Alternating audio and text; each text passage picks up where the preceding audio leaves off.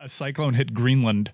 Yeah. That was Fiona, the remnant. I was mocking Abby all Slammed weekend. Canada. She's like, you better go get gas, all the cars. So I took pictures from the gas station. No, you can mock her. I mean, but everyone was worried. This is the Look new here. normal, though. This is the new normal. Like Stugotz is going to get stuck needing to evacuate and not having prepared because he was sending his wife photos. Like, Or a hurricane, do me a favor.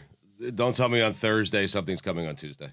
Tell me Monday, and perhaps I'll get prepared. You don't need and that even much then, time. I'm skeptical if it's Phil Farrow.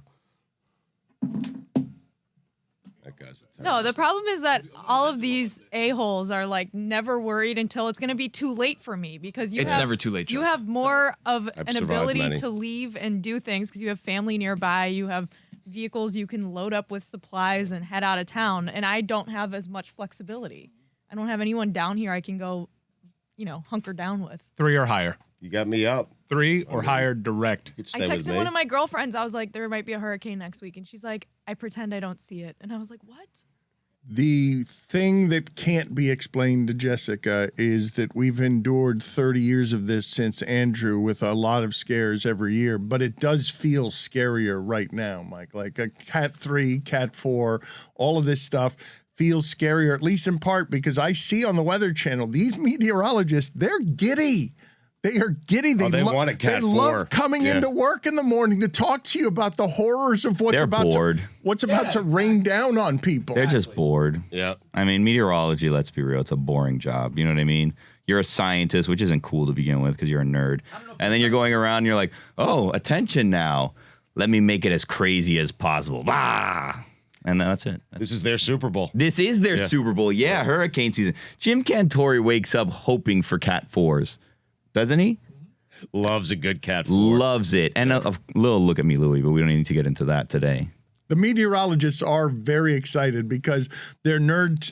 The storms, the things they chose these as career paths, and now these things are fascinating. The unholy thing that they can unleash on all of us, right up until Puerto Rico. Again, brown people powerless. I don't think hurricanes are racist. Yeah. The reaction Just get to ahead the of that. reaction to them can be the dying afterward can be. Lack of resources.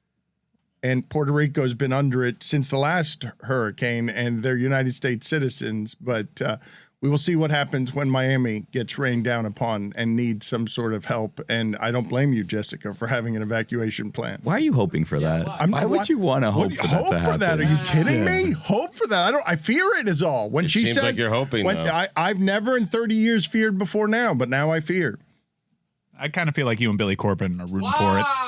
Oh, I God, said it. no. Oh, my you guys God. are. Next because I don't Miami. think he said that. No. They are because A rare defense of Dan Le Batard. No, from dear me. God. yeah, I've never met a show. He is not rooting for a hurricane. I've never met a show in my entire life that's rooting to be right so hard as because Miami. Yeah. I do not. Look, man, do not do that to me. You're saying I'm rooting for brown people underwater to not be cared about by the government? No. I'm saying you and Billy Corbin are rooting to be right. No, I don't want the infrastructure. anything. I want the infrastructure of Miami to withstand. No, Mike has Billy Corbin waiting for like a helicopter evacuation on a roof from his house, being like, "I told you guys so." Yeah. Don't look at me, I don't I've been think warning so. you. I don't think so. With Billy, more so. I don't know why you're placing me in this category with Billy Put Corbin. it on the poll. Guilty by Is association. because Miami, the show in entertainment that is rooting to be right harder than anyone. Well, Whittingham, thank you for bringing me here because I just saw Whittingham came in and I was told Whittingham was off, but I feel like he might have come in because this Tua storm is not something that he wants to miss.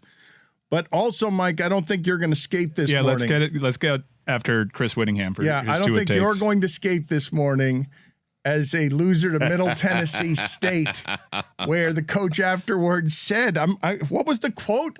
He said it. The Middle Tennessee State, like there was a thorough ass kicking. His quote kind of reflected that. Well, what did he say, though? We kick they tail, and I'm not afraid to say it. Yeah, they kicked our tail. Mm-hmm. Yeah. And you're on the 1 yard line and you allow a 99-yard pass because their wide receiver seems to be a great deal faster than the person that you have covering. I mean, they're going man on.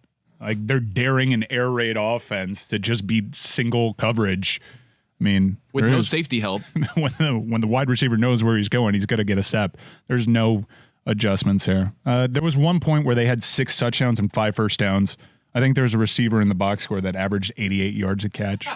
At one point, the quarterback had like 374 yards on like 5 receptions or something like that because he had thrown 3 touchdown passes that were 69 yards, 74 yards, and 98 yards, I believe. And then he threw another 98-yard bomb that got stopped at the 2 that they punched in on the next play. That was DJ England Chisholm, of course, who averaged 88 yards per catch. Yes. Wait, was it on 3 catches or 2? DEC. Was it on 2 catches or 3? He's very fast, and it was strange to just watch. With plenty of time, a team that lost 44-7 to James Madison. First year in FBS for James Madison. James Madison's they are good. They are good. They are good. Nice little team. They're undefeated. Okay, but when you say they're good, come on, guys. They're solid, man. Not the U is I'd back. hate to play them right now. They just beat Appalachian State. That was everyone's darling a week ago. All right. Everyone's a Sun Belt expert now. I get it. Everybody sees, hey, there are other teams that can If also we're doing be transitive good. property, I can talk you into James Madison being top 5. The Sun Belt's having a moment right now. They really are. Fun belt. Yeah. James Madison went up to App State and won, and James Madison is undefeated. And also, the U doesn't get to be back because they lost at home by 3 touchdowns. So the team that lost 44-7 to James Madison that you are now telling me is good. All right, I'll give you the tiers, Dan. You can argue that this is the most embarrassing loss in program history. I would argue it's FIU, just considering it was at the Orange Bowl. It was Butch Davis, and considering what FIU has done since then, it's even worse to look at. I think FIU lost 73-0. Like That's right. They haven't. Rebuilding. No, Coach I understand. Mack is getting it together. So I would Maybe. argue the how I pacified myself as I was sitting there losing to Middle Tennessee State was I was like, well, this isn't as bad as FIU, but it's the second worst defeat in program history, and that wasn't. I thought Louisiana Tech, before we knew that wasn't a Louisiana bowl. Tech was good, was up there. I mean, Louisiana Tech being shut out by Louisiana Tech in a bowl game was pretty bad. We've had in the last 5 years, arguably some of the worst performances in program history.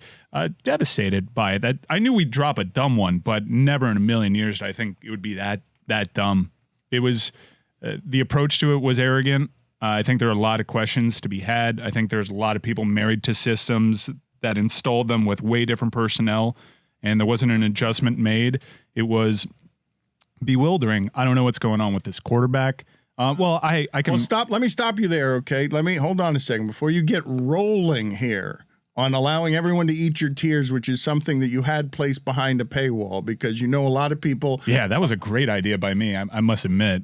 To literally profit. Suits went up to like 600. Excellent. I almost subscribed. I was like this close to subscribing It was a just good to loss see for my you. profit. I gave up the goods too. I gave up the goods. I love that we are a couple of days late to the exclusive tiers of Mike Ryan to squeezing the maximum value. I'm glad I can finally do something with this. Spin it through a win. I thought Whittingham. I made like about $1,000 off that loss. Congratulations. I think Whittingham, I thought he was off today, and I think the Tua stuff dragged him in. So I want to talk about that. I don't know if Billy has his Tua jersey on too tight under that shirt, but I don't want. I can't wear that or I can't return it. Let's stop talking about that already. There's already, right? It's an interesting town because we should probably prioritize the Dolphins certainly over that horrible Miami loss. No, so Van Dyke, Mike. as soon as we give our guy an NIL deal, That's hilarious he for gets us. benched. Yeah, that's hilarious for us because Tyler Van Dyke's supposed to appear on Friday at the Cyclones Wall Warriors This week? game.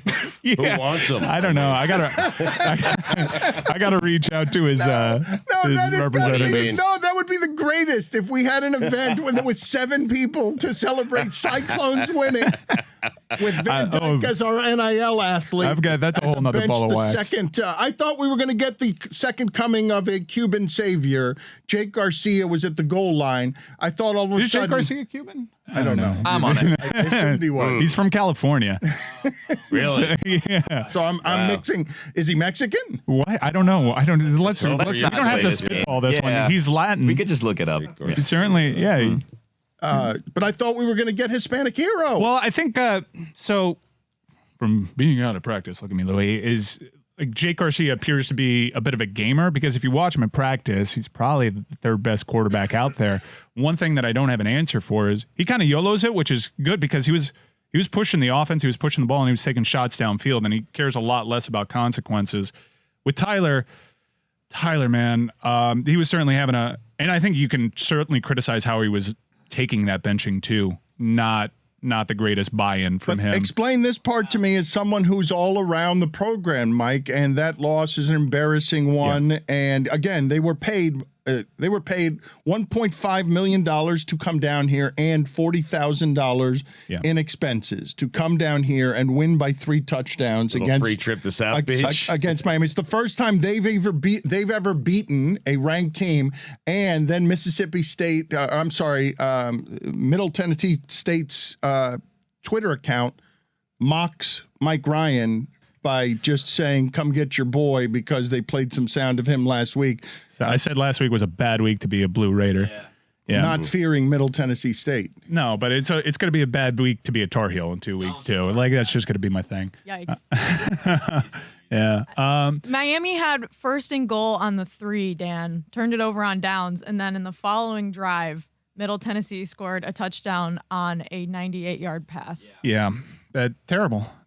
And he broke the tape at the goal line, like he did the whole thing and then they scanned the crowd, and I was surprised to see in a lot of empty seats there was a contingent of Middle Tennessee State fans super thrilled to be owning Sunbelt Travels. They have their section, yeah, and they play up to their section. That on like part of the camera angle is always like the away section. But this is so let's talk about Tyler, who is like fully expecting to enter the NFL draft this year. Was first round pick. This is what Whittingham said last week. Back a year. Whittingham said last week, first round pick.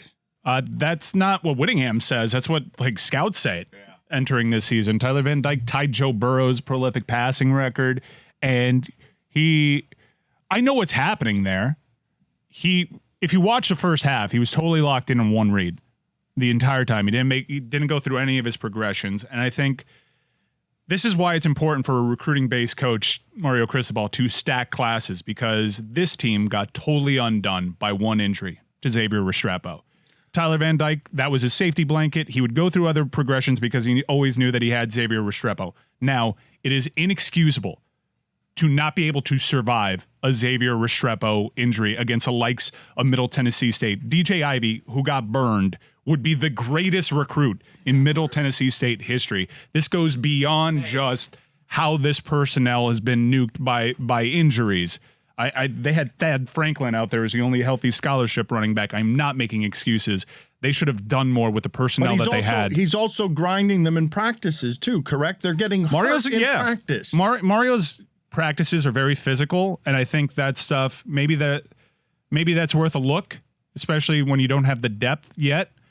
This is bad. It's really bad. They were never supposed to lose something like this. Billy, why are you laughing? 3 games into Mario Cristobal. No, it's like doom and gloom. I will say, well, I'm trying to give the audience what they want, because last week you gave me a whole bunch of shit for seeing positives. No, it's not. You saw positives, and you see that Texas A&M can't do anything offensively. And they just beat a top 10 team. You cannot come at me when Kansas is ranked. They're not ranked. No, they're not. They should be ranked. They should be ranked. No. Florida State's got the banter. They're 4-0, but they're not ranked. They're still not ranked after beating Duke. They're about to be. They are about to be. They will be ranked they because have a better resume than ranked SEC teams do. Their offense is good. Miami is. You're sitting here telling me after spending all of that money, and you've been saying it for 2 weeks. You've been so right. It hurts to hear you say again and again this Restrepo thing, as if the idea of competing against SEC teams is we need this one wide receiver to be healthy who nobody's heard of outside of Miami. Right. And I think that's what's probably going on with Tyler Van Dyke. But even without Restrepo, he was missing some routine throws. There's that's a tough look for him. I'm not really sure what the answer is. Would you say Jake Garcia has sparked the team somewhat? I'm very score at the goal line. I'm very curious to see what they do from a quarterback decision standpoint. They got a week to figure it out. What do you want him to do? What's Jake doing Friday? Yeah. Maybe he could come. Sign him. What I want them to do is fix Ready it. for a game. Fix it. Fix it. They're married to a certain style of play right now, and the personnel is dictating they switch it up. And I thought this team was good with adjustments. They'd shown that they were good with adjustments. For Kevin Steele to still show man coverage after halftime and dare Middle Tennessee State to do exactly what they did when they were torching them all game, I thought was really bad. So if you want to be puppy dogs and ice cream, you look at frames of reference for when you go into a new place and you break down the old culture and you build them up, and you see Kirby Smart lost to Vanderbilt and Georgia Tech, and Nick Saban, when he returned to Alabama, lost to UL Monroe. Mario Cristobal is a proven head coach. This isn't Manny Diaz losing to Florida International University in his first year, kind of a first-time head coach going through it, trying to figure it out. This is a guy that was a game away from the college football playoff last year. Mike, if I may just stop you real quick, we're 4 games in, and you're talking as if we're 4 years in. Like, this was always. I don't care how close. 4 years out. No, the pressure on Cristobal doesn't need to be this kind of unreasonable just because you're this close to the program. So I'm being unreasonable. I'm saying, of course, it's an embarrassing loss. No, but did you see the Barry Jackson tweet? Like 10 years, $80 million. And all what they're paying coaches. Dollars change everything. He was saying the expectation was for them to make this money back in ticket sales and selling out the crowds because they're winning games. So if they're not winning games, to Billy's point, it is hugely important that this season isn't a turd. They're trying to prove that they're a television property. They're possibly looking at conference realignment, and you need to have a good year. Miami is looking at conference realignment. They should go to the Sun Belt. What conference would take Miami right now? Well, see, that's a kind of banter that you open yourself up to when you drop the likes of Middle Tennessee State. I know from talking to people that this year was huge. Treat it like a free agency year, like your Adrian Peltre, and try to do the best you possibly can. I guess the good news is not an ACC loss. I'm not as Mike, nearly as hard on this. No good news. I'm not nearly as good. it's just a Sun Belt loss, not Was it a ACC conference loss. game? The good I mean, that's a news is coastal, baby. The good news is if you want to sell out the next few home games, North Carolina, tickets as low as $19. Duke, tickets as low as $13. The Dukies. Pitt, tickets as low as $19. Florida State, $113 because Tallahassee's probably traveling down south. That hurt part of the weekend as well because FSU all of a sudden is feeling like they're back in the game as Florida loses and as Miami gets embarrassed. Mind you, I'm not nearly as tough on this as Mario's been. I just think it's unreasonable because He's also the coach, so he should care more. I mean, I've with Debatable. what's projected on me and how much I care, like I'm very invested in this program and I'm very invested in him as a head coach. I think he'll turn it around. I'm devastated by that terrible loss. That argument. It was his birthday. From here. What was his birthday? It was Mario's birthday. Saturday? Yeah. To lose to Middle Tennessee State. Okay, so now it's the gypsy curse. You get a lot of money to come to your hometown, and the story is ruined 4 games in. Because, you got to win, and Miami's going to expect you to win, and they might not come even if you do win. Also, a little fact, Miami, the U, has never beaten Middle Tennessee in the 3-game series that they've played against them. Lost 2 games in the 1930s, Dan. So the Miami Hurricanes 0-3 against the Blue Raiders. Right. Also, I went back and looked at Mario Cristobal's stats at FIU against Middle Tennessee. Mario Cristobal in total is 2-5 against Middle Tennessee. This team has just gotten the best of him since he's been a head coach. Figured out. Yeah. All right, let me hear from the back row on this because Tony came in today, and I got to be honest with you, Tony. I don't feel like anybody on a Monday likes this person walking into work, which is finger guns and told you guys the Jags are good. Told you guys the Jags. Well, I mean, it's not a weird flex. It's something that I was doing last week. I told you, hey, Jags are sneaky good. They'll be in my top 5, Tony's top 5 for week 3. I don't want to give a spoiler alert there, but what are you doing? Yeah, what are you doing? I'm just saying. What are you doing? The Jags may be somewhere in there. Just saying, Duval County, stand up. Does anyone like that person though? Seriously, I do. The person who comes in on Monday thinking they've figured out football. Yep. I didn't say figured out football. I said I figured out the Jags, and they're sneaky good. The guy who comes in, Tony, you know what I'm talking about here. Nah, I have no idea. Tony, No, Dan. you're the guy, and I don't believe that this is something that I think this is happening all over America today. The person is walking into the office finger guns, I got two of the things right this weekend when all, it was all home doggies and confusion and weirdness and everyone. But on Monday, you feel like you know something. You won your bets, maybe you went 5-3 this weekend on your bets. It's 7-1 for me. He's killing college football. Stu, you're on a It's heater. insane. What have you been doing? So do you come in here today knowing now college football? I know everything. All right, now we should be giving people your money. Apparently you don't know anything about Kansas, though. Well, I took Kansas to beat Duke -7.5. How about that? The Jayhawks. I don't think- Number And you- 7 and in my you don't- BCS. You don't Yeah. think they should be ranked? Rock chalk? I think that might be your one loss, though, because I think they only won by 7. No, Kansas covered the spread. My one loss was USC, I believe, who I will ride again this week because the Trojans are very, very good. Yep. Are you coming in today then? Figured it out, Okay, Dano. so They you almost figured lost it to out. Oregon State. All right. Corvallis is tough. I mean, everyone knows that. Well, Mike, now this is how we do it. Now we've got to come with a bunch of parlays for Saturday because Stugotz knows college football, and we need to ride him now, DraftKings, because we've won nothing with these parlays. Now let's put some And Thursday pressure on Thunder it. came an inch short of cashing because of Kareem Hunt getting stuffed at the goal line. So close. Literally an An inch. inch short. That was a But you're bummer. talking, that wasn't the worst loss. McAfee, you see how McAfee lost one of those parlays Yeah, because of the because fumble at the end. Yeah. The wacky play at the end. George Pickens not getting his flowers Well, let's because do that this. feels like that happened I a month agree. ago. Let's It's talk the about second this. best catch I've ever No, seen. it's the best one I've ever seen. But No, it's not better than Odell. Stop. It is. I'm with Dan.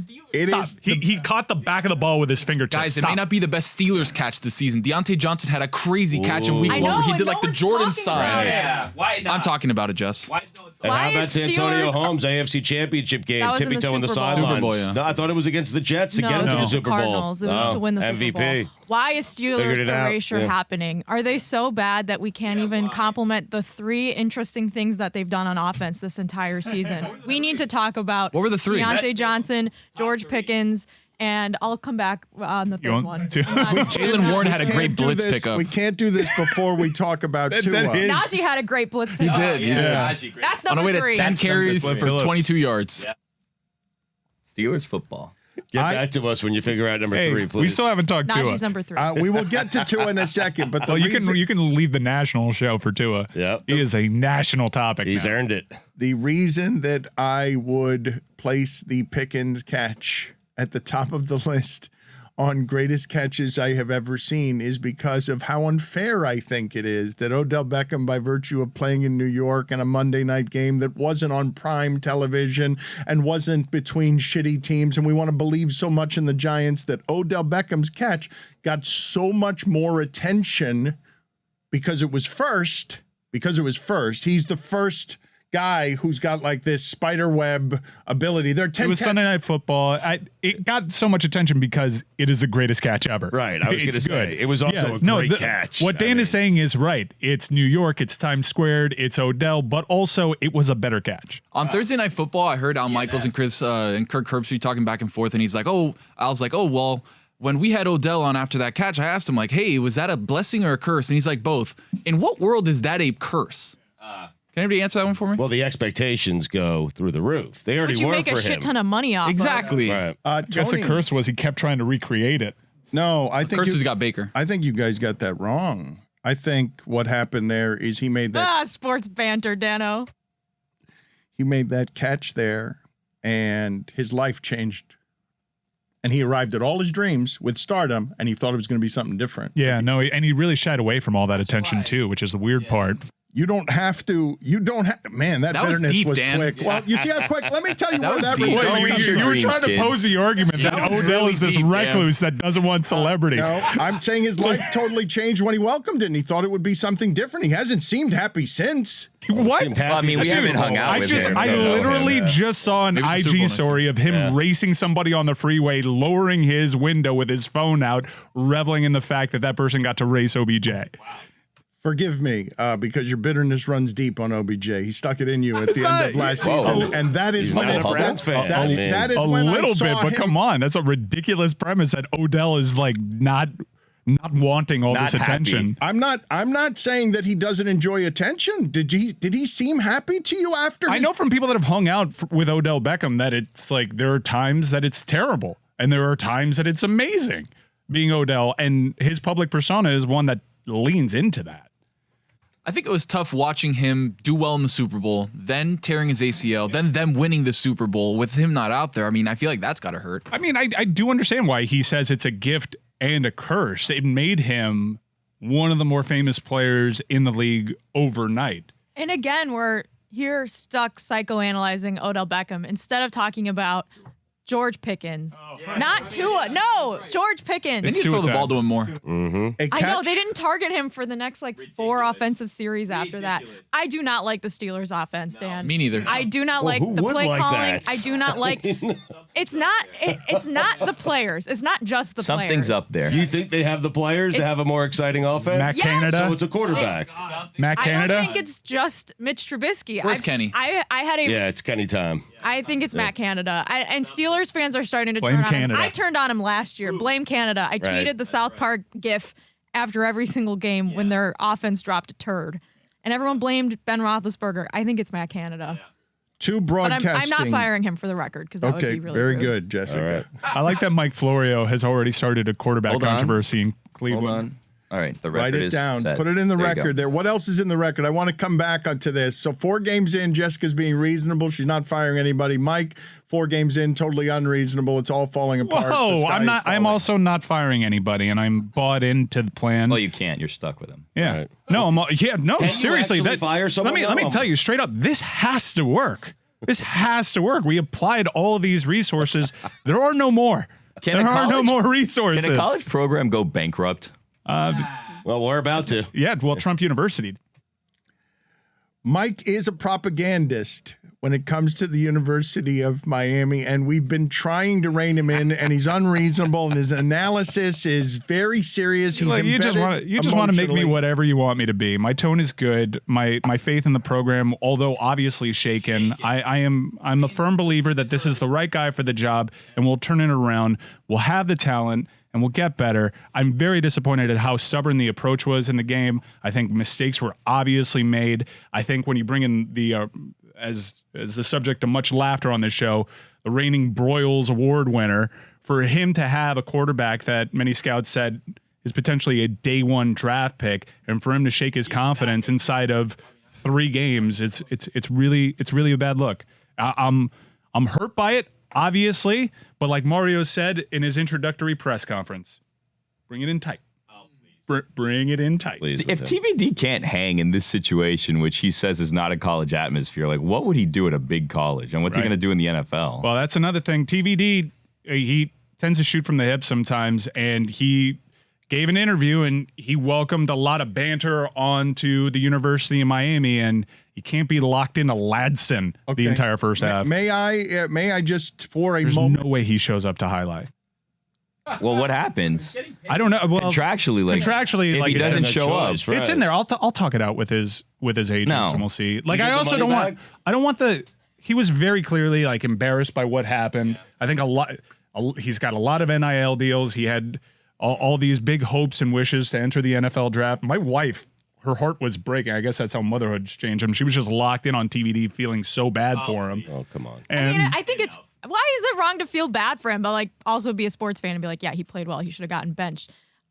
Also makes me wonder maybe if that money would have been better spent going to a children's hospital. But Perhaps. Yeah. well, let's see what kind of season Destiny has. before we Okay, start but saying you guys are funny this way, right? Because honestly, that Thank you skipped right past the Odell Beckham thing, the idea that somebody would arrive at all their dreams, their life was changed, and they didn't think that some things were It's going Monday to arrive. morning. I just want to talk Bills No, Dolphins. exactly. I don't want to What's going on? psychoanalyze OBJ. I've done that show Seriously, I mean, 6 we're goddamn stuck on years. nothing. I'm- But- You don't think But punt, but punt, but punt. a college quarterback would be 20 years old with first round expectations and NIL deals, you're the star, and that he would suffer from confidence as the business relies on his back. I'm asking you guys to reach for the humanity inside these people. It would be an extraordinary pressure to put on a college kid. Hey, Mario's thing, these tough practices, it's all on you. You've thrown 2 interceptions, dumbass plays that you gave him easy scores. It's the thing you can't do. I can see a quarterback breaking under something I know like you that. don't like to criticize college kids, Dan, but the money's changed everything. Okay, play better. Sorry, I mean play better.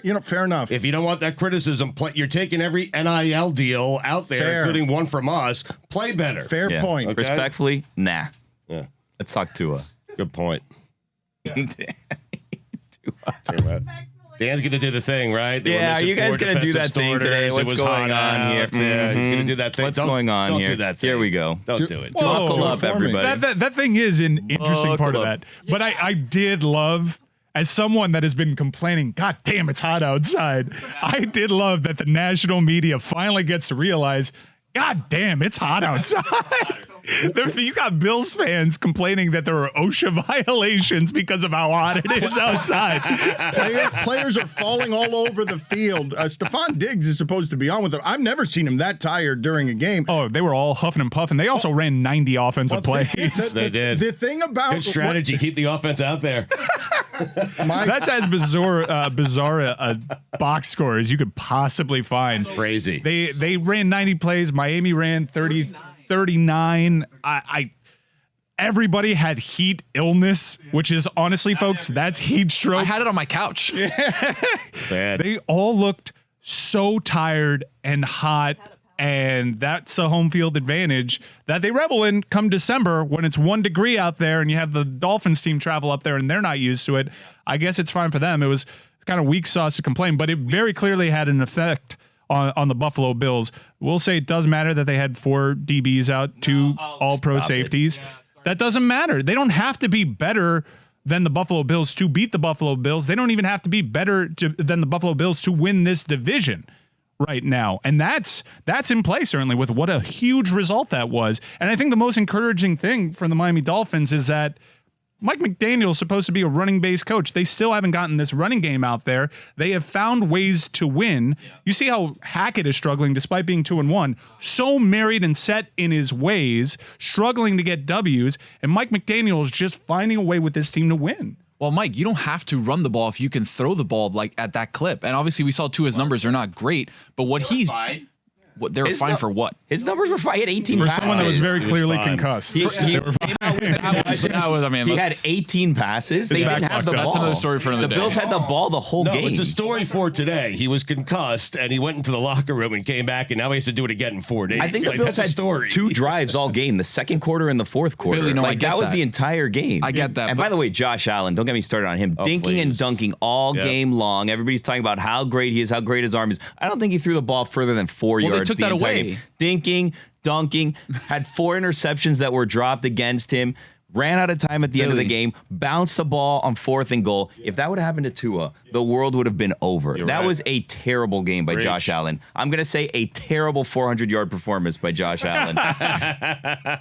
He was 42 and 63 passes. Yeah. That's not- insane. That's honestly not Horrible that efficient. game. 400 Bad yards game. when you throw that much is not that efficient. Overrated. You guys, Don't buy the Bills. I told you this. I told you this 3 weeks ago. Don't buy the Bills, and no one was listening You to did. me. Billy, they were a buzzsaw until yesterday. Yeah, oh my God. because they were playing Buzzsaw. shit teams. Get outta Don't buy here. the Bills. They Get- got the Ravens Exactly. coming up. They're staring 2-2 right in the Yep. face. I don't want to hear about it. They also came like a half second away from being able to maybe win that game. Who knows? So it's super encouraging for this early in Mike McDaniel's tenure to have that kind of a signature win. I think the excitement in town is certainly warranted. It felt like the Miami Dolphins were going to find a way to lose that game after that butt punt. And they didn't. Now the butt punt is a rallying cry. Like it's a merchandising opportunity. Yeah. A couple of things from the broadcast, because I do want to get back to the analysis of that game. There are a number of things in it that are funny. I can't believe, Stugotz, that I'm watching that game and I'm as guys are having heat stroke, as Josh Allen is throwing 60 times. What do you think of their T-shirt, Dan? Their rallying T-shirt they wear during the week that says "I wish it were hotter."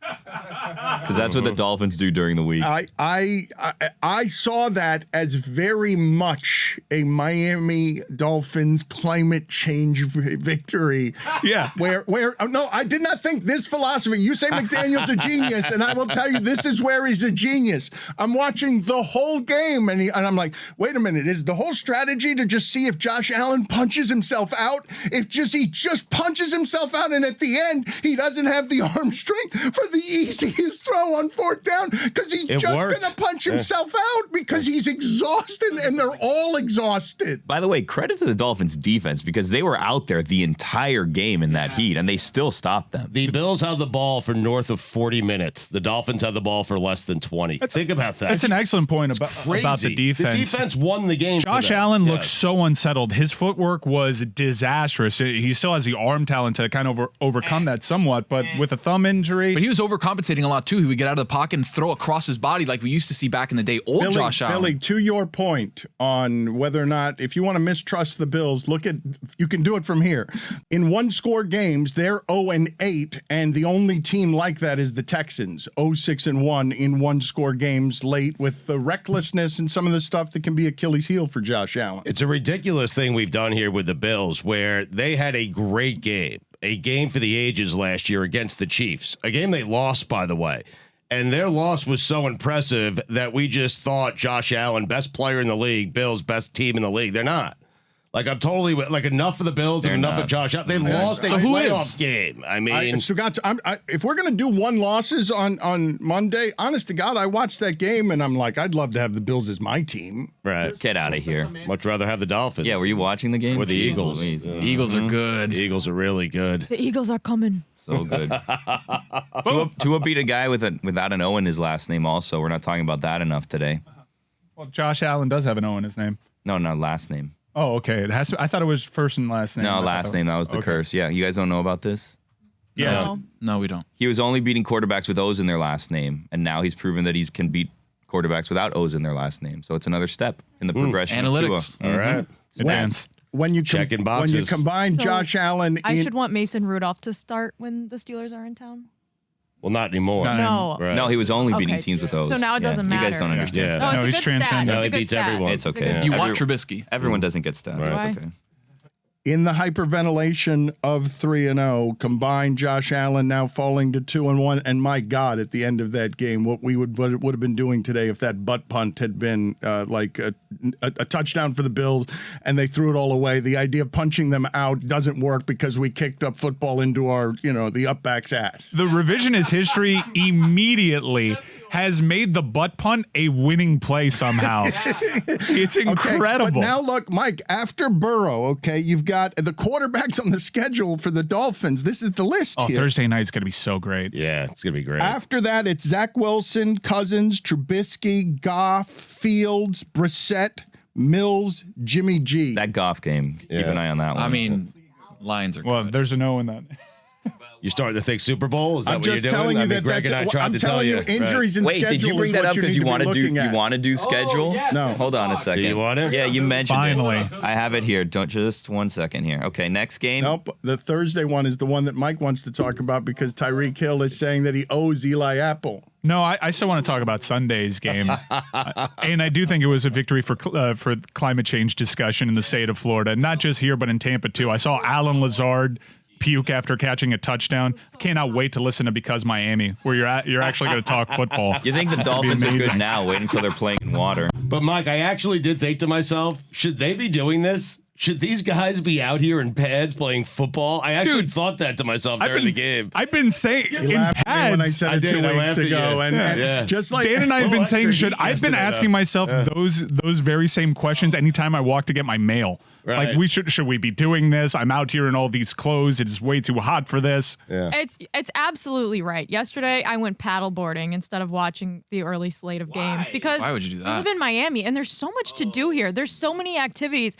I actually But was your Bears were playing. I was mean, gonna go windsurfing afterwards, but my invite, I ended up some other girl took my spot. So I went paddleboarding, Dan, and it was stiflingly hot out there. Yeah, and intense core strength needed to paddleboard out here in the bay.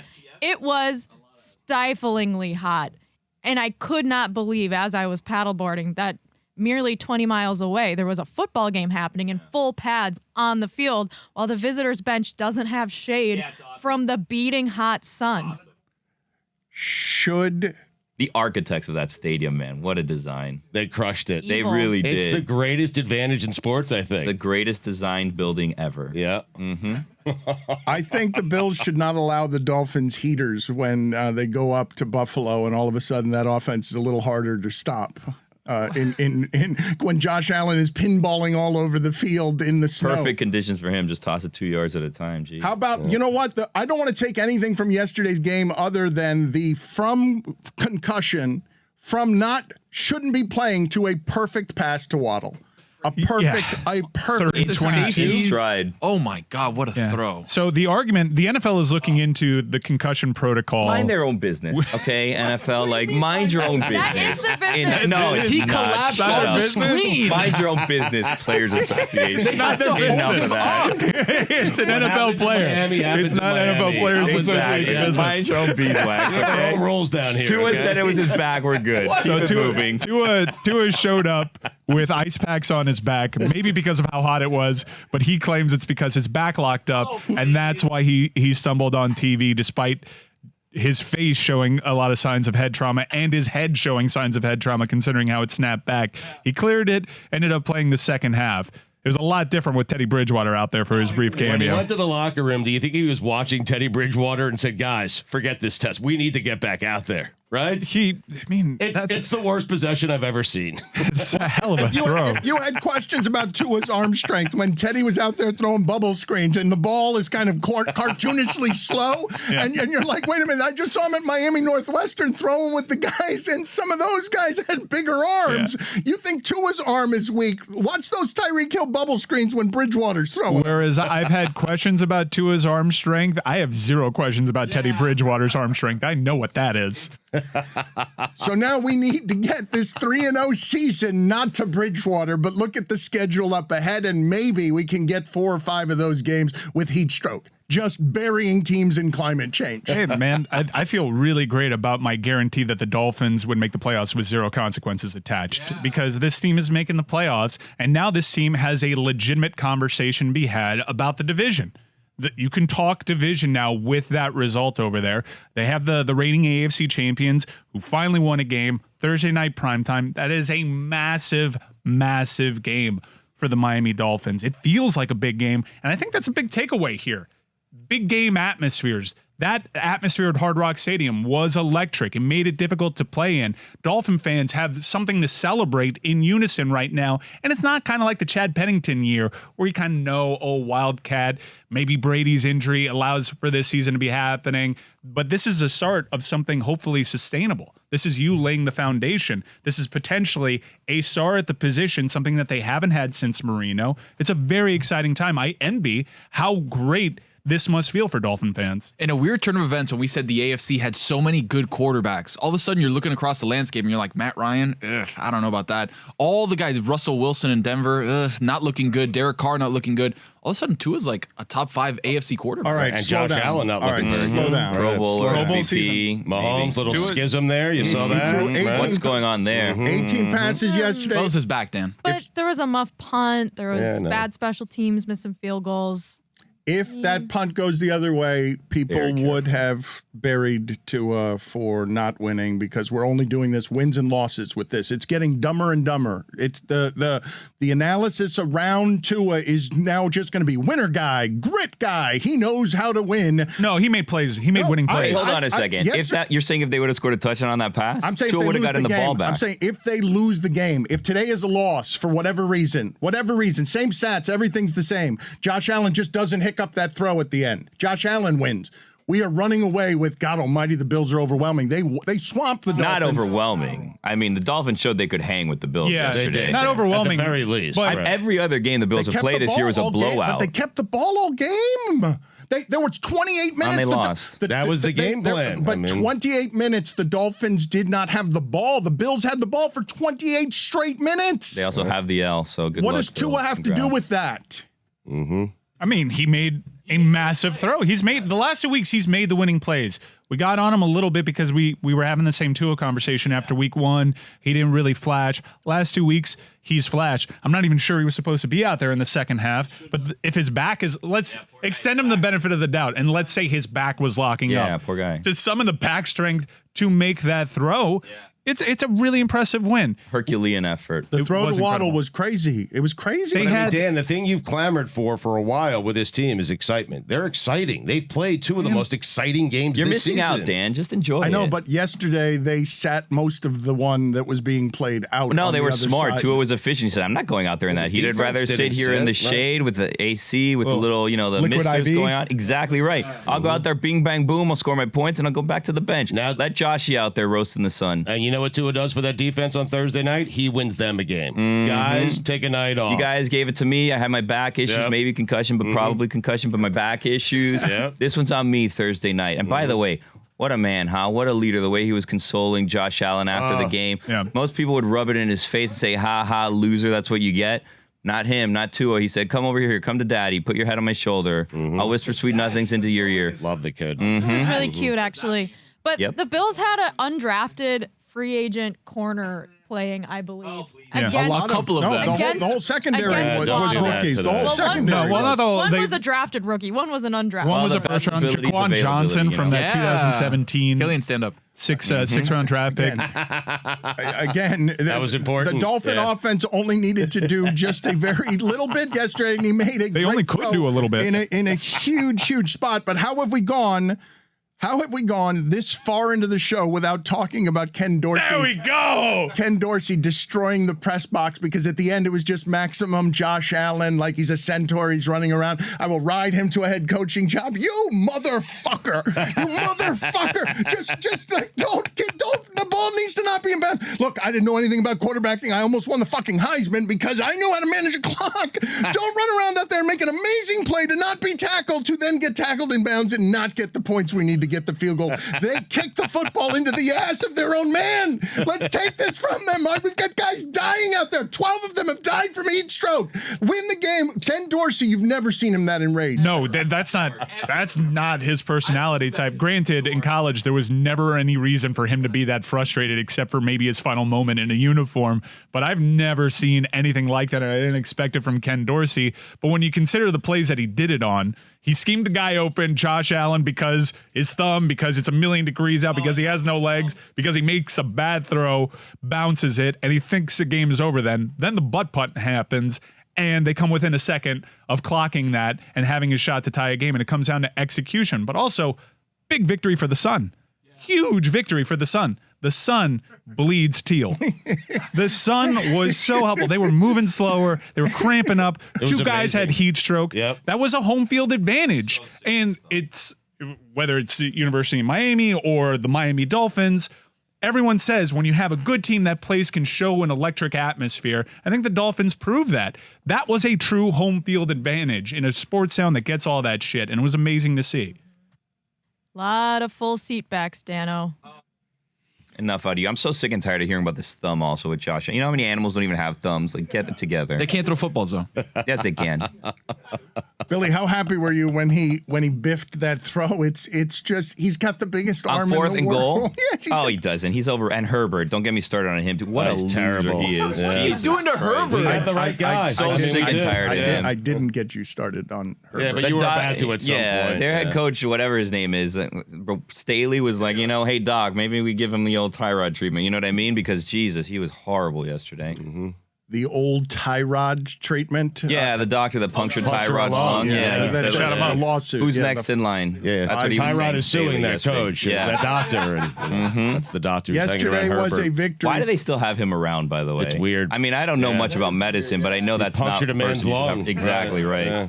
I'm no doctor, but I know you shouldn't be doing that. Because his punctured lung changed the trajectory of the Not so franchise by much. getting Josh Herbert, Not so Justin much. Herbert out there. Yeah. So you're One and still on the three. same course. It was actually the perfect plan. As we unreasonably analyze these games, and the Heat is unreasonable as well. And we stab guys to keep punctured them it on out, purpose? to keep him out there. We stab guys, and then we stab. Maybe Herbert maybe too. the Dolphins could have used someone doing that to Fitzpatrick a lot sooner. He wouldn't have been in this mess. I mean, why don't we give Chase Daniel a shot? You know what I mean? He's there and waiting. See what he's got. It's a bad day for Herbert. Yet we still don't have a representative sample on Chase Daniel, which is insane to me. We never That's will. what I'm saying. I still need to kick the tires, see what we got there. you guys imagine what it's like to play an NFL football game with your ribs hurting? No, considering the torque that is needed. Broken ribs. I'm just but I know they're broken, but I'm saying they also hurt. And so just numb it up. Just numb it up and go out there and see what you can do against Jacksonville so that you can win the one Sunday that you have against Tua. He beat you this Sunday, Herbert. He did make one of the 5 greatest throws I've ever seen with those ribs. Yeah, with those ribs. He takes all that pain, gets this shot, all for Billy to call him a loser. And he is a loser. I mean, numerically, he's a loser. I'm not wrong. Isn't Jameis playing with like a broken back also? Yes. Four vertebrae. Spinal. Yeah. And Tua. We're 3 games in. I need to see a CAT scan of Tua's back. There, I said it. Yeah. I don't understand that. I don't. That looked like a pretty traditional concussion, if you ask me. It's not a 6th of the season. Everybody is crazed and hurt, and guys, greatest thing and ever. Stephon Diggs is a torso running on the field at the end because he can't stand up anymore because it's too hot to play football. It's made the dorkiest college quarterback of all time a borderline serial killer with the traits that he's displayed in that box. I'm telling you, if it's 78 degrees out, you don't see that from Ken Dorsey. Do you think that yesterday cost Bieniemy in the future?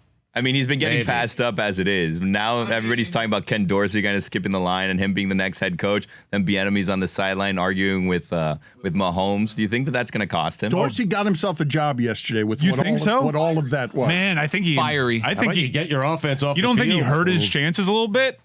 He blamed the player. It's not his fault. Like, he's not mad at himself there. Yeah, but That's a terrible job by Remain Dorsey. calm. Blaming that player? I'm telling you that what Dorsey's That rage. player's made Kenny Dorsey. Agreed. Right? It's a good spin zone by Dan, though. Are you his agent? You think it helps? I think Ken Dorsey has been someone who has not climbed through the ranks the way that a former quarterback who is regal and does all the right things publicly and is said to be a whisperer to the young guys, for him to show the personality trait of I want to win in the times as nerds take over the sport. As everywhere you can't imagine that from McDaniel, can you? Can you imagine that? Who can you imagine that from? I cannot imagine that from Mike McDaniel. Could you have imagined it from Dorsey? Could you have imagined it? No. Todd Haley, maybe, if he was still in the league. Yeah. If you watch the video back, there's like 7 things he throws. Yeah. Like, I understand being frustrated, maybe slamming the table, but dude tried to actually take the table off of. He tried to rip the iPad in half. Whose hand was that? Man, it's like if you've ever seen the Charlie McDennis episode of It's Always Sunny, where they have to nail down the game board because at one point Mac will try to throw the game board. That's exactly what it was like. Whose hand was that? It wasn't his. A hero. Yeah, A hero. no, a hero That that guy was. needs a raise. No. Now we can armchair quarterback that hero. 5 seconds too late. The optics probably are there running up from for. the I top thought there, that Mike, someone yeah. ran from behind. He was and saw running what from the going top on. of the deck like, Yeah. oh, stop it. That's their PR guy that ran up the stairs. The presence of the hand blocking off the camera does connote that this may still be happening in that room and we just can't see it. Ken Dorsey is still in It that kept box. going. Yeah. Kept going. In the smash room. I kind of hope that Ken does get a job from this, and they say that it was because of this. So then every coordinator who wants a job moving forward, like just ups Dude, the level a little Tommy bit. Rees Yeah, is gonna starts have an NFL destroying job everything. next weekend if that happens. Also, you think he has the glasses on because of the nerd movement that's going on? Like, they're fake, right? He's just like, I got to look nerdier to get a head coaching job. But you guys are, I understand why it's happening because it is funny to think of someone caring like that. But as bodies fall down all over the field, how can we not enjoy that the punctuation on that Sunday stuff is Ken Dorsey, us catching him in a form of, no matter what the press conferences were, no matter what they said in the press conferences, is how the Bills feel today. The coach, nobody needed to go and speak. It's just here at the end of the game. How could we lose that bleeping game? Like, how could we lose that? We had the ball all game. They made a couple of throws. How are we going to to lose this game. When he gets the same stack of papers and he just chokeslammed them into the table 5 times, what noises are coming out? Because I imagine it's Joe Pesci from Home Alone just The Bills did that to him, though. The Josh Allen experience did this heat that is to making him. everybody crazy. It's the sun, Dan. It's the sun. Local hour was too long because there's so much to talk about. We did not even talk about. Yeah, Don Mattingly out as manager of the Marlins. I don't know. Okay, very good. Donnie Baseball. Punt. Look what the cat dragged in. Yes, Chris Whittingham has arrived. We will Hello. talk punt in a second, but just want to get, because you are a public Tua hater, you have not been afraid to rage against Tua on. You have come in here today. I don't know why you would subject yourself to this. You were off today, but you have come in and you're now around the Tua is a winner. He's a grinder. He's 3-0. RG3 says the Dolphins are the best team in football. Whittingham was right about Mario Cristobal, though. RG3. This is his off-day outfit, by the way. Yes, not casual. RG3 says the Dolphins are the best team in football. Yeah. It's nice to be the subject of hyperbolic sports takes. You're not part of this. You missed the deadline last week. You're not part of this. I hate to break it to you. We gave you a deadline, and you are not part of this. Yep. You cannot root for the Dolphins. I'm sorry, you didn't can't. afford me the chance to be 2 in or 2 out. That is true. Yes, you did. You didn't ask him, Billy. Moved on. You never Yeah. followed We up. followed up the next day, and you still refused to answer the question. No, you didn't. Actually, there was a deadline for everybody. You didn't give anybody any deadlines. Well, whoever didn't say they were 2 in is 2 out. I'm sorry. I hate to break it to you. Oh You man, are but I'm not 2 on the allowed. fence. Is that okay? Now you had to say it before the Buffalo game. Yep. And you didn't. So Right.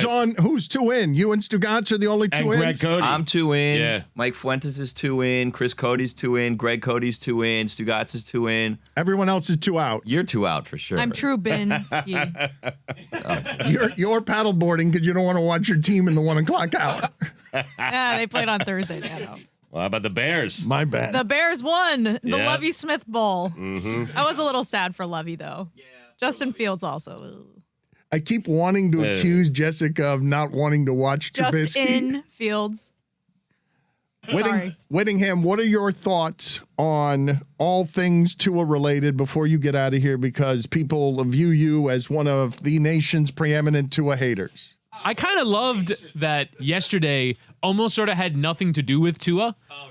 Because what do you mean? up. What do you mean? What it hadn't like? If you look at that game is not really through the prism of Tua. It's through the prism of the 90 plays that Buffalo ran, the incredible defense that they played at times. As Billy, I think Billy spoke to it incredibly well, which was that they were great on defense despite the fact they gave up 100 first downs because they would just reduce Josh Allen to dinking and dunking. Did you Bend, see- don't break. That's exactly classic Tua denier move, by the way. This Yep. game had nothing to do with Tua, but had they lost, everything would have had to do with Tua on that. No, I don't want Tua to. denier. See, you're gonna make me do the thing Tua where I denier. say that Josh Allen was strip sacked and they scored 7 yards later on a running play. So realistically, Tua engineered 14 points of offense. But I don't want to do that. I don't want to be that guy. He walked off with a concussion at halftime. Was absolutely, How's his back?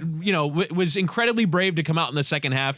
Brave and stupid, but also brave. But either way, the game wasn't really about Tua. It's about holy shit, the Miami Dolphins, which I think is something that we haven't really talked enough about because the whole team is through Tua's prism. The Miami Dolphins beat the Buffalo Bills, who by every rating system across analytics, across sports, were the #1 team by far in the NFL through 2 weeks. The Dolphins beat them.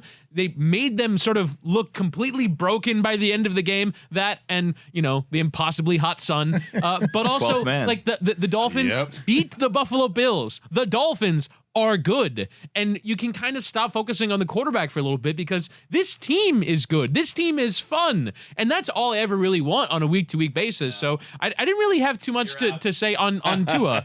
You're out. Okay. Tell us about the Canes next.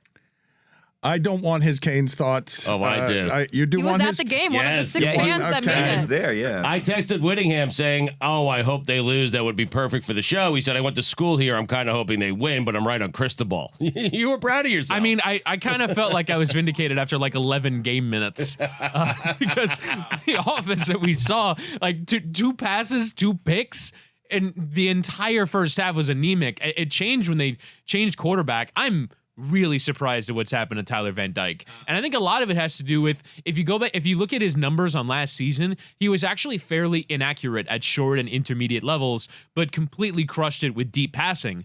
And they don't do that anymore. And so you've kind of reduced him to a very inaccurate quarterback in short and intermediate passes, and you don't ever play to his strengths. Now, that could be the conservatism of the offense. That can be the fact that they don't have good wide receivers, but they have reduced Tyler Van Dyke to a husk of a quarterback. And it's why you were out on Cristobal, because it's conservative, tough him out.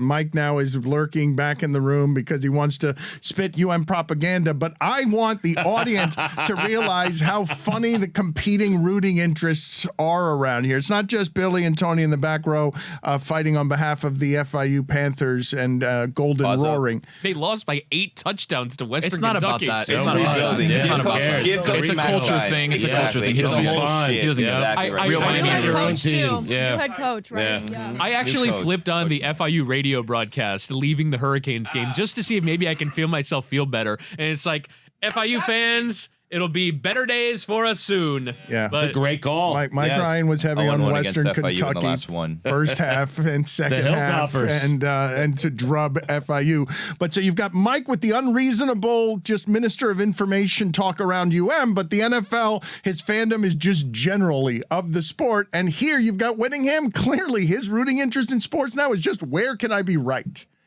it's not true. I've been saying that. Guys, I've been saying it. You I guys don't love get the it. Miami Dolphins. No, you don't. No, You're not don't. allowed to. Yeah. They're like the first. I remember being 7 years old, walking into Hard Rock Stadium for the first Dolphins playoff game. please. Coincidentally, Joe Robbie. the last Dolphins playoff game that I went to. Right. See that? See Your that shot? first game was a playoff game? Yeah. Wow. It was the Lamar Yes. Smith game, or Oh, was it? No, boy. it was the week after. The week after they won the Lamar Smith game. I think they got hammered by No, Baltimore. Yeah, they did, They yeah. lost. Wait a minute. They lost. You went to a losing playoff game, and it was the last Dolphin memory they gave you of any postseason anything. Right. That's the last postseason game that I went to. I was 7. And so they are my first love in sports. I love the Miami Dolphins. I wish I would have went to that game yesterday. It's so cool to see them win and create an atmosphere and have genuine home field advantage. So if I'm wrong about Tua, I will be glad. And there were whiffs of it, like him being like college Tua again. Some of the throws that he was making into the secondary I thought were really impressive. I was super bummed when he got hurt before halftime because I wanted to see him and Josh Allen go toe to toe in that second half, and we didn't really get to see it between a combination of Buffalo staying on the field the entire time and Tua not really being the same after that hit. Do you guys realize how good a defense has to be to just withstand everything Buffalo was doing when they have they prefer to beat you 60 or 70 yards at a time, but they could do it 14 and 15 yards at a time. Third and long does not matter against them. I saw the stat yesterday. It's the first time they've been in 3rd and 10 all season. What? All season. The How first. about that It was like defense, the man. third quarter. It was the third quarter of The the third game. Right. crazy. So like 10 quarters Yes. into the season, they hadn't had 3rd and 10 or longer. There was lots of firsts yesterday. It was the first time they punted in the first half in the game yesterday. It was the first time they trailed in a game yesterday. There was First time they lost. First time. Oh, Yeah. But you everyone guys saw came that away coming. wild. I came away wildly impressed still with Buffalo that they're still Enough with you. Okay, I mean, but I'm like, I don't want to play against them.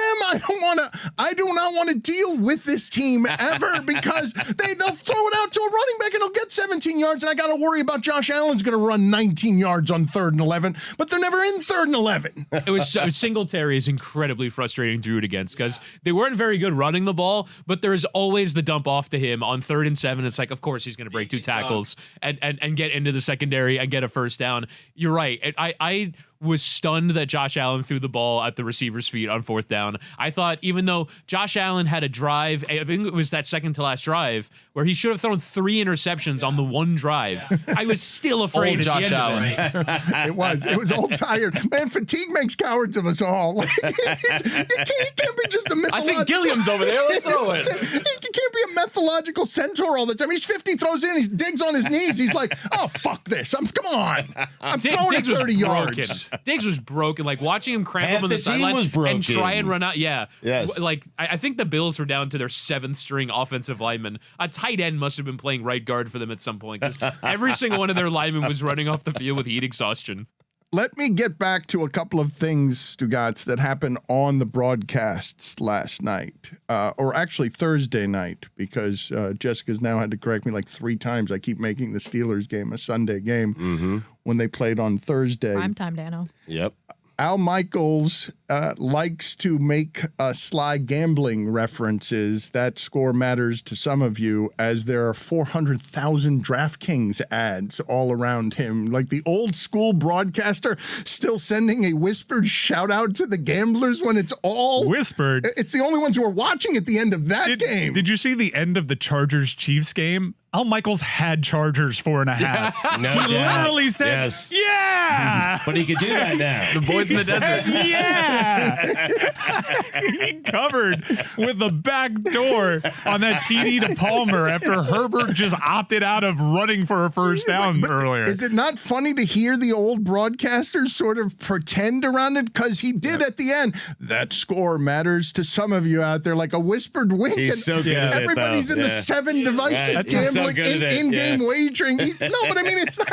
I understand he's good at it, but everyone watching is gambling now. It's why I think Stugotz and I will still opt for the bookie. Yes. Even when it becomes legal in the state of Florida, because I like the whispered elements of it. I like seizing on the code, even Right. though Al Michaels is beyond code at this I'd point. rather Al not cheer. I Yeah. mean, it was better when he wasn't cheering. Yeah. You had to guess who he had. I mean, it was I like done in the shadows. I romanticize being able to pick up on.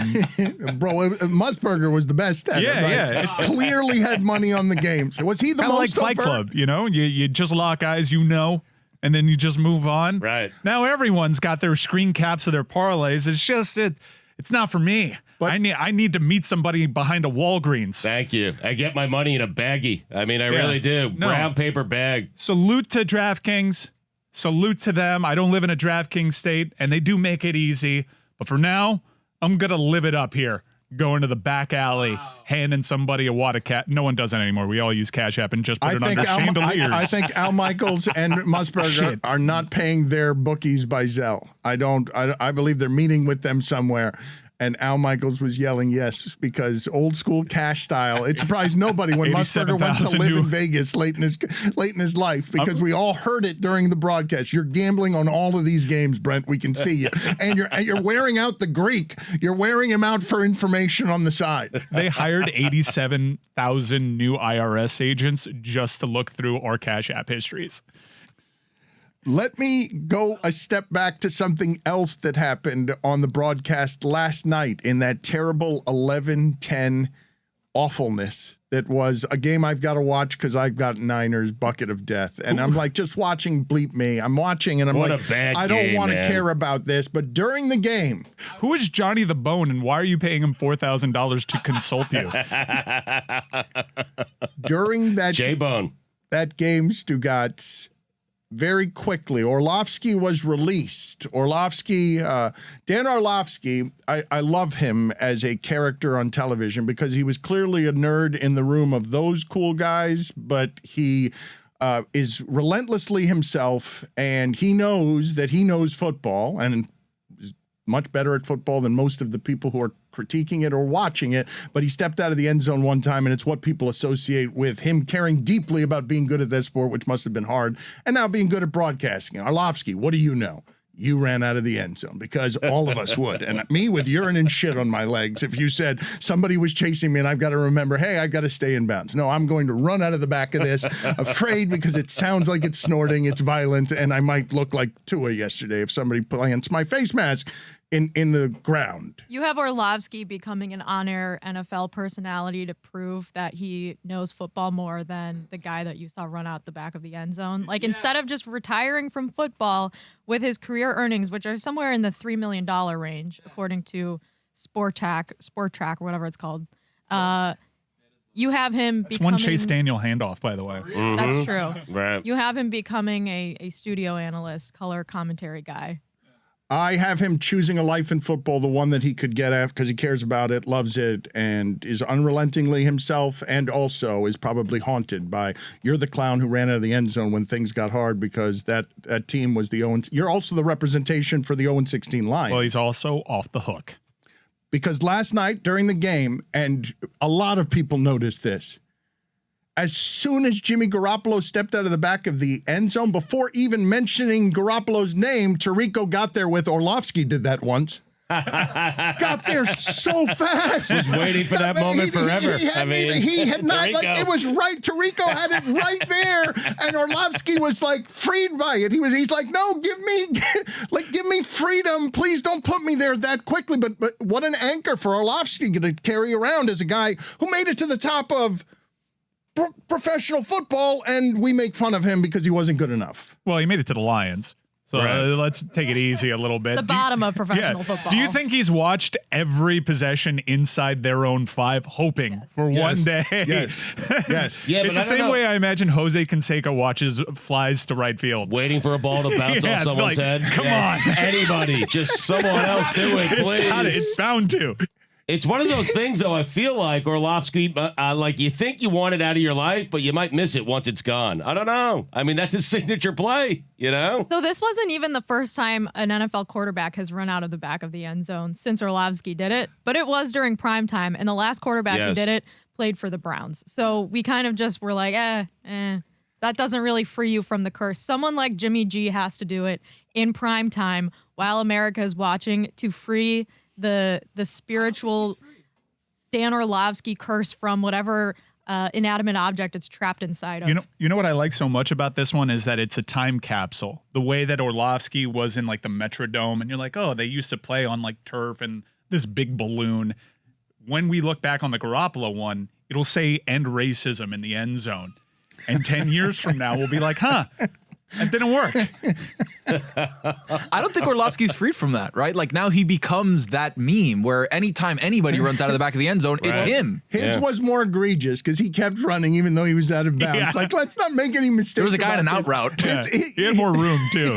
It was a quick out. It wasn't just The protection was holding. Look, Orlovsky is demanding to be freed, even though if we're being honest, Dan, yours was much, much worse. Like, we didn't think Garrapolo was incompetent. Garrapolo ended up saving points by taking that safety because he threw a pick 6. Does Orlovsky... It was the more efficient play. Good game manager. Play, yes. Guillermo, put it on the poll at Le Batard Show. Does Orlovsky get to be freed from this just because he's clamoring for it? Because Dan, we're watching it here. He ran 17 It's yards. great. No, Orlovsky was out of bounds. I'm telling you, it's how I would have done it if you planted me on the field right now with no training. I would have just simply scampered to my right and run into the band. It's amazing, and it's far, far worse than what happened to Garrapolo. So perhaps he doesn't get to be freed from this, but I want to play the Mike Ryan game of, is Mark Sanchez saying yesterday while watching Dalvin Cook fumble running into a butt of his offensive lineman, is Mark Sanchez saying, hey, get me off the hook here. I just saw it happen. But because Mark Sanchez was first to the butt fumble on a Monday night game, on a primetime game, is it different? He never gets released from that particular hell. I think he tweeted out, stay out of my lane. Yeah. He was like, whoa, stay out of my lane, bro, at Thomas Morstead. Yes, these guys have learned to live with those mistakes. Orlovsky, too. I'm telling you. Like, he thinks he wants it out of his life, and now it's out of his life, and I guarantee he's going to miss it. But give me the others that you think are sitting around watching, because Canseco's ridiculous. What a horrible existence, always watching for flies to right field, hoping that one of them bounces off the head of a right fielder and over the fence for a home run. Like, it will not ever happen again.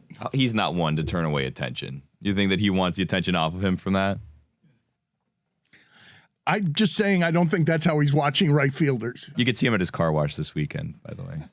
When are we going to see him ever anywhere? He's elusive. I don't know why we can't pin him down. It's weird. It was prime Jared Allen coming after Orlovsky. I mean, I'd run out of bounds too. I'm totally with you, Dan. It's terrifying. I see Orlovsky in a suit, and I'm like, why was he back there? Tell you what, Jose Canseco, first one to actually get to highlight on Friday. You were Tyler Van Dyke, collects the NIL deal. Tirico called out Orlovsky so quickly that a few minutes later he actually apologized for it on air. He was like, yeah, I no shade to Dan Orlovsky, basically, because everyone immediately, he didn't actually say no shade, but Everyone immediately was on social media. It was cruel almost. He had started saying Dan Orlovsky's name. I listened to it before the refs finished blowing the whistle on the play. He was so quick with it. It was incredible. Before he said the name Jimmy G. Jimmy G in the highlight. Orlovsky is there before Garapolo is. Tirico had a really good moment yesterday, too, when they were talking about Christian Kirk's contract. And Chris Collinsworth tried to start making the argument, man, I wish I had these rules and this money. And Tirico's like, it's almost like TV money, isn't it? Nice little anecdote. The Dolphins, what are we thinking about the Dolphins putting the butt Undefeated. fumble on the elevator? The butt punt, And yeah. I'm sorry, the butt punt. I'm getting my butt related. Well, labels confused. didn't they also, when they beat the Ravens last year on Thursday Night Football, and that offensive lineman decided to do that, run that touchdown and flip and stuff, they put that on the elevator. Oh wait, no, this is a Juju Gotti Photoshop. No, Juju is demanding that they put the butt punt on the elevators as they do, and they should absolutely do that. I agree with Juju. Can you guys imagine our alternate show if the way that game had ended was just kicking it into the butt of your up back and a Bill ending up with the football in the end zone, and then the Dolphins go 4 and out and the game is over. They've mismanaged the clock at the end, and they could have just they stepped could have out of been the back 3 of and the end 0 and zone. they're 2 and 1 and something terrible has happened at the end of this game. I thought I wanted that show, but in fact, I'm getting a better show because I can still revel in the butt punt,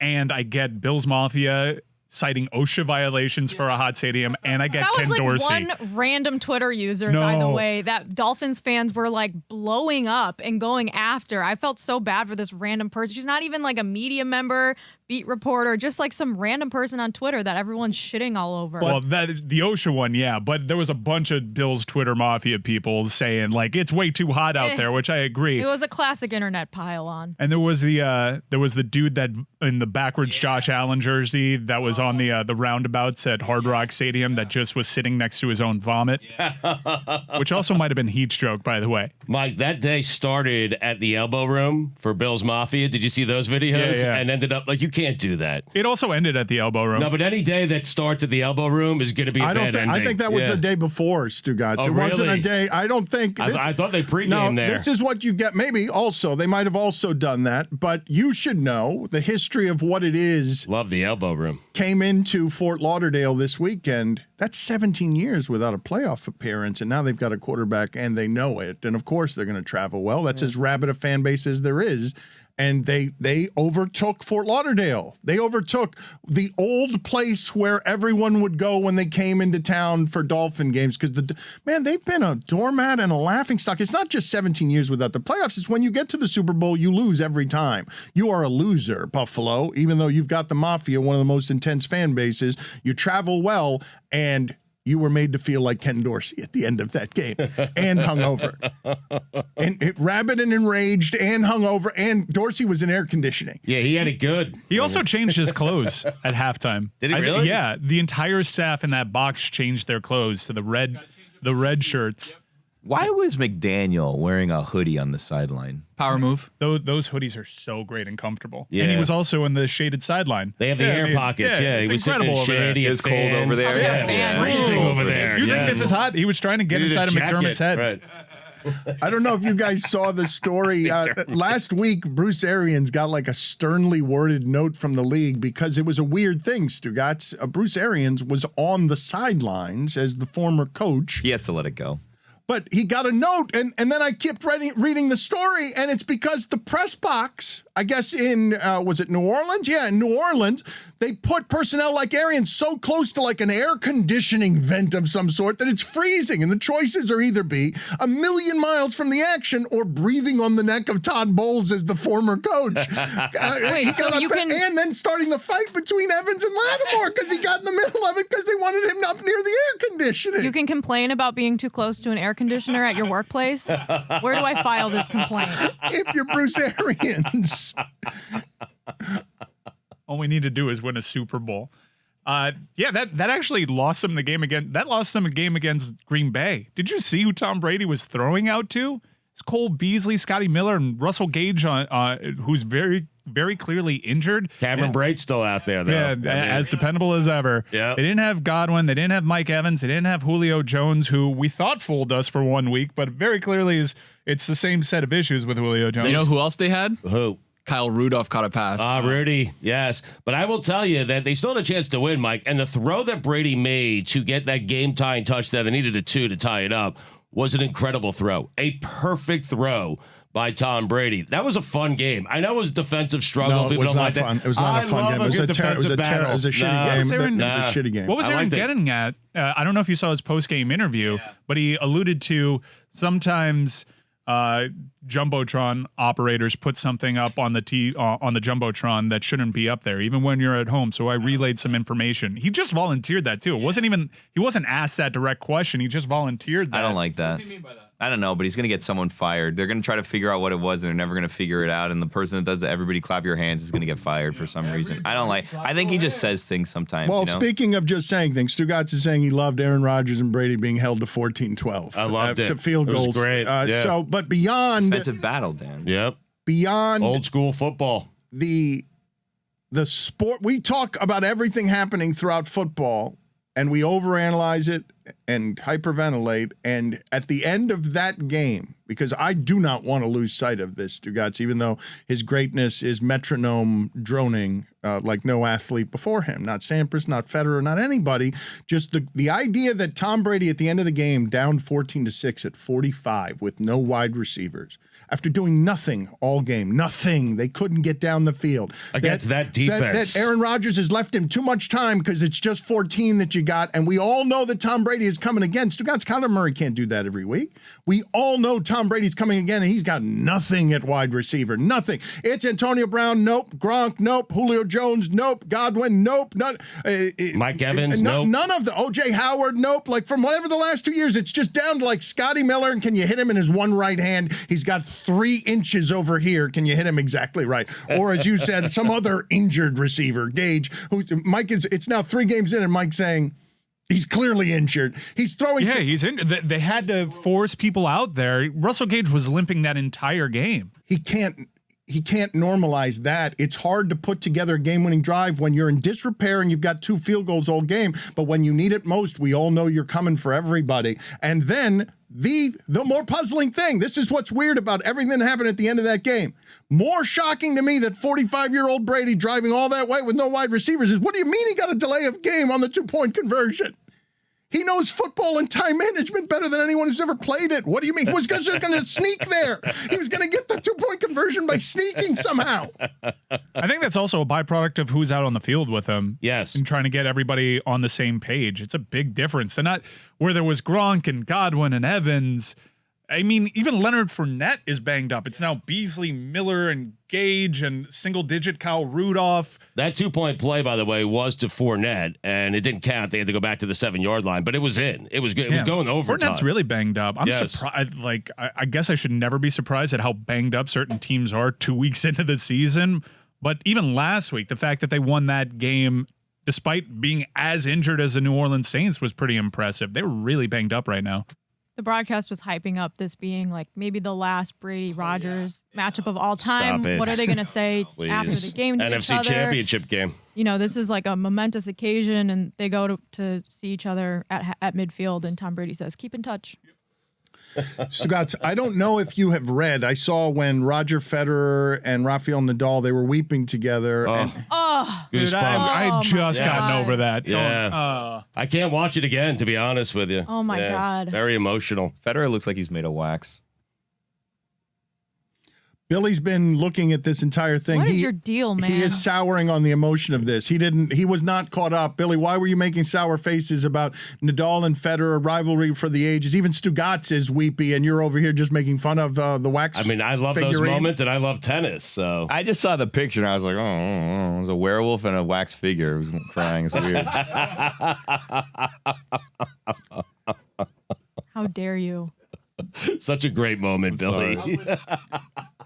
The thing that I went to, those Stugotz, I don't know if have you read at all at what Nadal has to do to his feet, shoot his feet up in order to keep playing because of the horrors of what that sport has done to his feet, like the pain threshold and the obsessive compulsiveness. He is going to have a very difficult life with his feet going forward because of what he has to do to stay on a court.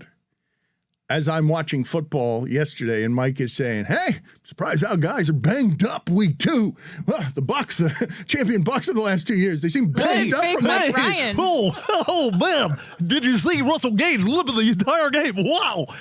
No, that's a Suey winner right there. Hey, Talk about the Hurricanes next. My point is that you got to bring it in tight.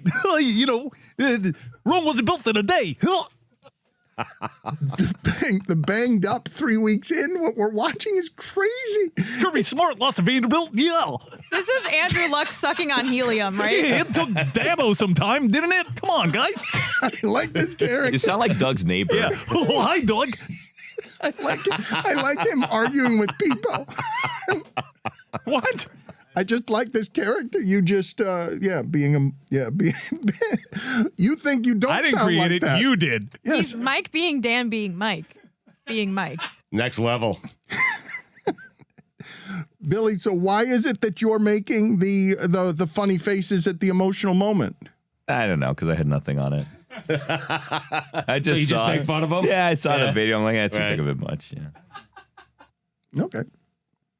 Will it ever feel that way ever again? That era, it kind of does feel like it's closing. And Djokovic might be better than the both of them. Well, does but Djokovic and Nadal have a friendship? I mean, Like, would Djokovic is Joker kinda be weird. there with Nadal for his final match? Did you see the dinner that they had, like the black tie dinner that Federer had? Andy Murray? With Andy Murray, Yeah. Djokovic. Yeah. Andy Murray somehow got through the velvet rope. I think he deserves it, but borderline. They had to check the list a couple of times for Andy Mike, Murray. he's the only other guy besides those three to win a couple of majors. Yeah. I mean, Yeah, but he was sweating outside the club for a little bit. When you guys saw the picture of them like crying and holding hands, did Lady Gaga singing "Always Remember Us This Way" get stuck in your head too? No, but I was still Andy made very Murray sad. can't get past I'm not that a- I'm not a velvet little rope, monster, Mike. I'm sorry. Andy Murray He can. did. Yeah, Andy got Murray. past it. Andy Murray was the first one to have. Wait, you're not a little Gaga? Lady Gaga? I just said Little Gaga. I'm not a little monster. God, it's too early. I woke up this morning and it was pitch black outside, and I have been rattled ever Just since. blame the sun. Where did the sun go? The sun was so powerful yesterday. it needed and then a this break. morning at 6 o'clock, yeah. it's nowhere to It be slept found. in. Yep. But I was made very sad by it, and the part that got me wasn't even Federer. It was Nadal crying next to Federer because he's been obsessed with beating Roger Federer. He was a measuring stick. He was the goal every day in training when his legs are giving out, when he's shooting up his feet.